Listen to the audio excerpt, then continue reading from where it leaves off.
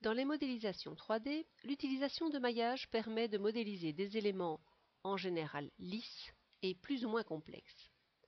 On peut créer un maillage à l'aide de primitives, à l'aide de balayage, qui reprend les extrusions et les révolutions, ou à l'aide de lissage. Un maillage est constitué de subobjets.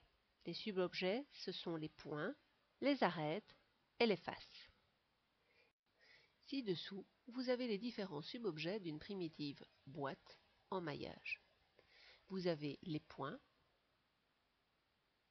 vous avez les arêtes et vous avez les faces.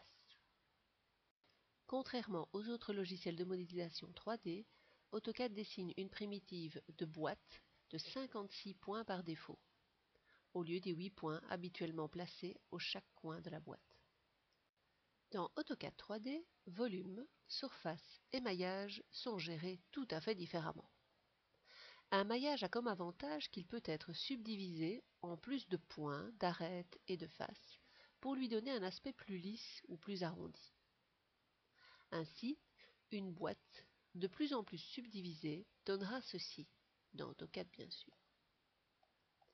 Une boîte non subdivisée a 56 points, une boîte subdivisée une fois aura 218 points et une boîte subdivisée deux fois aura 866 points. Il est logique que plus il y a de subobjets, donc de points, d'arêtes et de faces à gérer, plus le logiciel aura du travail lors de l'affichage entre autres. La difficulté dans l'utilisation des maillages sera de doser judicieusement le nombre de subdivisions afin de ne pas surcharger le logiciel en calcul et surtout d'éviter les plantages qui sont malheureusement relativement fréquents quand on utilise les maillages. L'avantage des subobjets est qu'ils peuvent être édités au sein même du maillage. Il existe 3 éditions possibles: le déplacement, la rotation et la mise à échelle. Ces types de modifications sont représentés chacune par un gizmo spécifique qui sera situé au milieu de la sélection en cours. Voici les gizmos pour le déplacement, les gizmos pour la rotation et les gizmos pour la mise à échelle.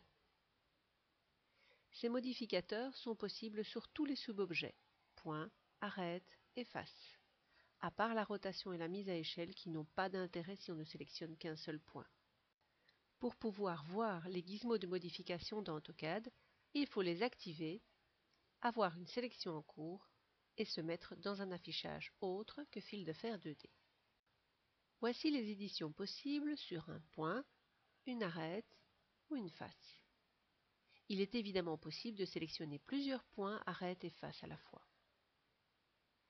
Voici pour le déplacement d'un vertex, donc d'un point, d'un edge ou d'une arête et d'une face. La rotation pour une arête et pour une face, et le redimensionnement ou la mise à échelle pour une arête et pour une face.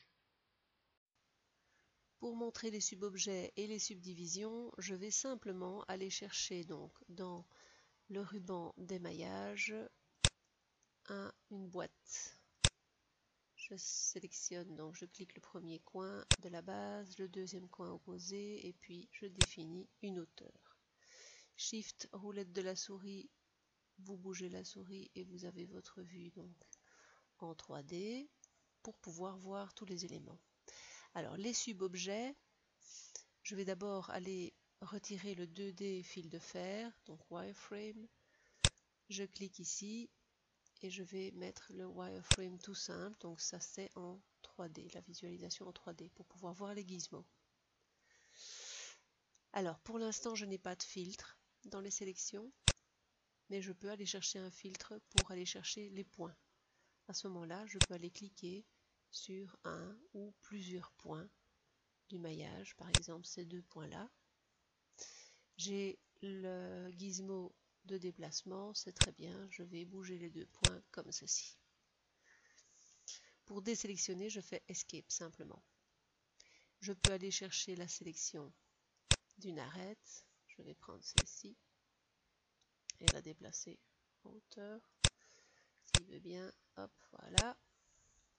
Et je vais prendre une sélection de face, par exemple, que je vais prendre ceci, mettre un tout petit peu en avant. Voilà, nous avons un volume qui devient plus complexe.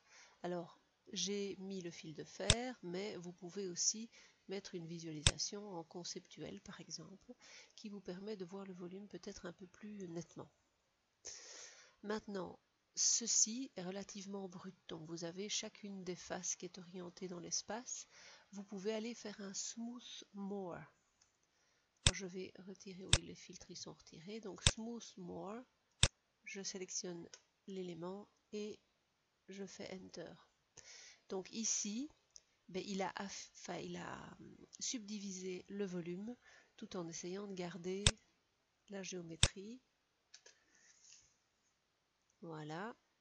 Alors quand je vais dans les vertex, j'ai toujours normalement le vertex, ici je ne le vois pas du tout. Donc je vais retirer, en fait à chaque fois que vous poussez sur cette icône-ci, pour subdiviser le maillage, il met des levels ici. Donc si vous voulez, vous pouvez mettre le node. À ce moment-là, vous pouvez aller resélectionner un vertex par exemple, hop, et le mettre encore plus en pic. Je vais le mettre plus en pic encore pour pouvoir vraiment vous montrer la subdivision plus clairement. Smooth more, je sélectionne, Enter. Vous voyez que ma pique, elle s'est arrondie. Smooth more. Je peux aussi à tout moment sélectionner le maillage et bouger les levels ici aussi. Donc si je mets encore plus 3, ça devient vraiment beaucoup plus lisse. Vous voyez qu'il y a de plus en plus de petites facettes. Et là, quand j'en mets moins, il y en a de moins en moins forcément. Alors, tant que je fais ça, ça n'alourdit pas énormément le travail sur AutoCAD. Par contre, quand je pousse sur ceci, qui est l'affinage, à ce moment-là, toutes les petites facettes que je vois ici, entre les points et les arêtes du volume, parce que bon, pour rappel, quand je fais ici une sélection par exemple d'une face, j'ai toute une série de petites facettes. Il m'a subdivisé la chose, mais il ne l'a pas fait réellement.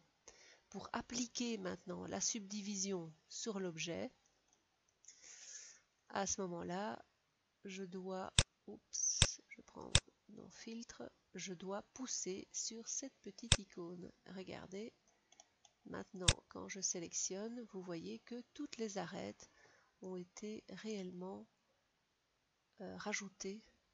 Donc tout maintenant, si je fais une sélection en face, tout a été vraiment subdivisé. Donc maintenant nous avons les toutes petites faces et on peut bouger les petites faces du volume comme on l'entend.